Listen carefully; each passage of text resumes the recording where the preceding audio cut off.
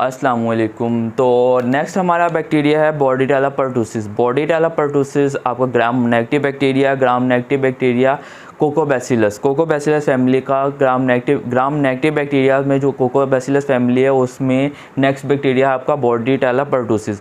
बॉर्डीटेला pertussis या सिर्फ pertussis आप याद रखते हैं। परटूसिस जो है आपकी पेशेंट को वो वूपिंग कफ कॉज करेगा। वूपिंग कफ परसिस्टेंट कफ को कहते हैं। परसिस्टेंट कफ होगी। ये क्या है? पेशेंट ग्राम नेगेटिव, ये बैक्टीरिया ग्राम नेगेटिव कोकोबैसिलस है और ये क्या कॉज करेगा? वूपिंग कफ कॉज करेगा।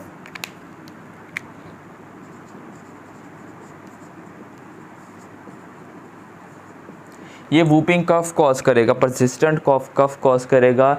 तो अब क्या होगा? ये पहले तो पता होना चाहिए कि ये परटूसिस जो है ऑलमोस्ट हर पर्सन को होता था, मतलब बहुत ज़्यादा स्प्रेड हो रहा था। इस वजह से इसकी वैक्सीनेशन करनी स्टार्ट कर दी। वैक्सीनेशन अवेलेबल है, हर पर्सन इस टाइम वैक्सीनेटेड है परटूसिस का। परटूसिस वैक्सीनेशन होने के बावजूद भी कुछ ह्यूमंस को इन्फेक्शन कॉज करती है और उनमें वूपिंग कफ कॉज करती है। तो रिजर्वायर क्या है इनका? रिजर्वायर क्या होगा इसका? Vaccinated humans.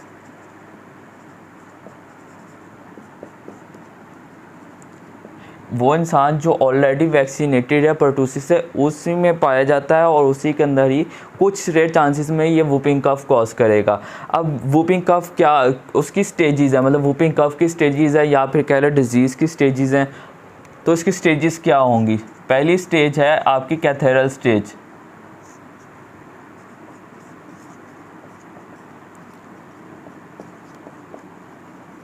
कैथेरल स्टेज जो है वो आपकी पहले 2 हफ्ते तक होती है, 1 से 2 हफ्ते तक रहती है।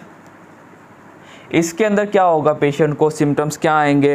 रिनोरिया होगा, पेशेंट को रिनोरिया होगा और इसके साथ मलेज होगा। रिनोरिया होगा मतलब रिनोरिया, मलेज एंड स्नीजिंग। तो सिम्टम्स में क्या आएगा? स्नीजिंग,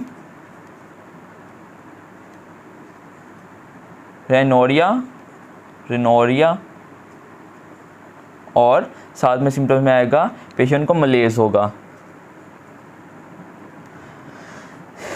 तो उसके बाद क्या होगा? इन सिम्टम्स पहले 2 हफ्ते ये सिम्टम्स रहेंगे, फिर नेक्स्ट स्टेज स्टार्ट हो जाएगी। 2 हफ्तों के बाद नेक्स्ट स्टेज स्टार्ट होगी पेशेंट को, वो होगी पैरोक्सिस्मल स्टेज।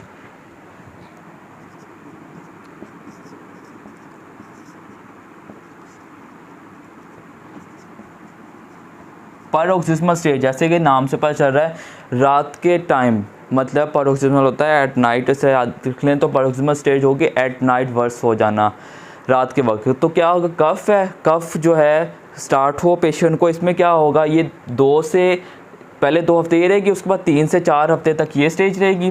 3 से 4 हफ्ते तक रहेगी ये स्टेज। इसमें क्या होगा? पहले तो पेशेंट को कफ आएगी, बहुत ज़्यादा कफ आएगी, रेपिटेटिव कफ आएगी। कफ करने के बाद मतलब खांसी कर रहा है, खांसी एंड कहाँ पे होगी? जब वो वॉमिट कर देगा। तो परसिस्टेंट कफ होगी, रेपिटेटिव कफ होगी।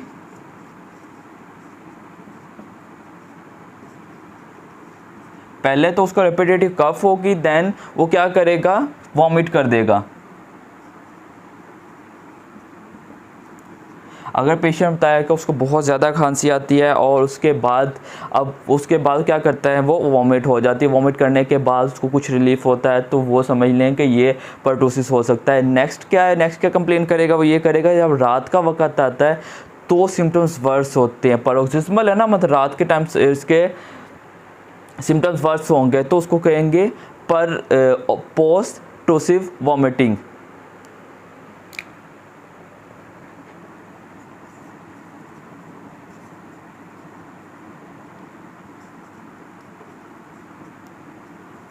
रात के वक्त क्या होगा? उसको कफ होगी और कफ होने के बाद उसको ज़्यादा क्या होगा? वॉमिट वाला ये सिम्टम्स है, ये जो कंप्लेन होगी रात के वक्त ज़्यादा होगी। ये होगा सेकंड स्टेज। अब इसके बाद जब 4 हफ्ते हो जाएंगे, 4 हफ्तों के बाद वो रिकवरी वाली साइड पे आ जाएगा, रिकवरी स्टेज स्टार्ट हो जाएगी। तो उसकी नेक्स्ट स्टेज जो है कन्वालेसेंट स्टेज होगी। कन्वालेसेंट स्टेज क्या होगी? उसमें रिकवरी स्टार्ट हो जाएगी।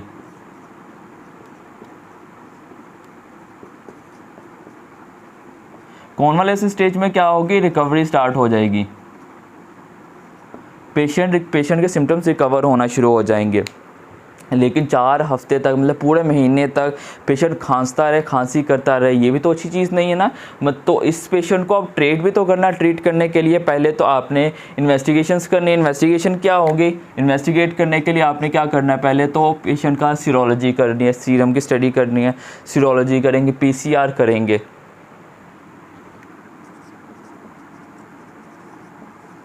Serology and PCR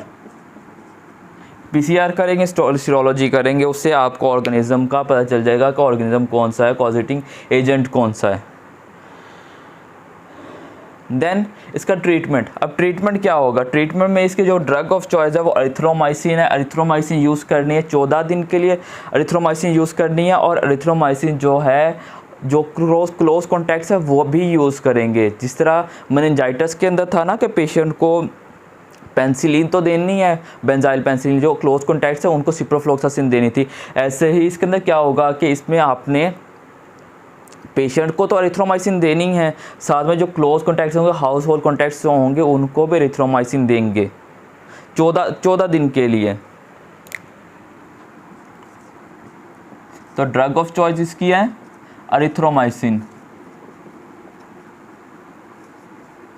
for 14 days, plus house hold contacts या क्लोज रिलेटिव या क्लोज कॉन्टैक्ट्स, मतलब जो आपके घर के फैमिली मेम्बर्स है बाकी उनको भी ये देंगे। इसके अलावा ड्रग ऑफ चॉइस तो ये है। इसके अलावा आप TMP SMX भी दे सकते हैं, मतलब ट्राइमेथोप्रिम सल्फामिथोक्साजोल भी दे सकते हैं पेशेंट को। तो ये था पर्टूसिस। पर्टूसिस इंपॉर्टेंट है। Pertussis exam point of view से भी क्या याद रखना है इसका कि वूपिंग कफ कॉज करेगा, वूपिंग कफ कॉज करेगा।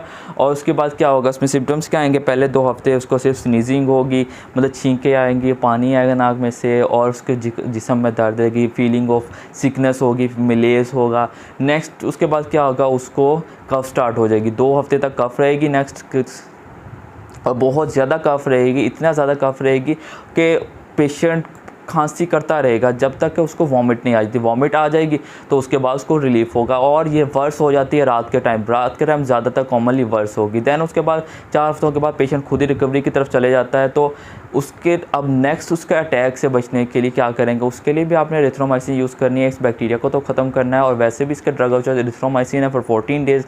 2 हफ्तों की बीमारी है, मतलब अगले 2 हफ्तों में कफ ज़्यादा है, तो 2 हफ्तों से ऐसे ही याद रख लें, 2 हफ्तों के ये कफ है तो 2 हफ्तों के लिए एरिथ्रोमाइसिन यूज़ करेंगे।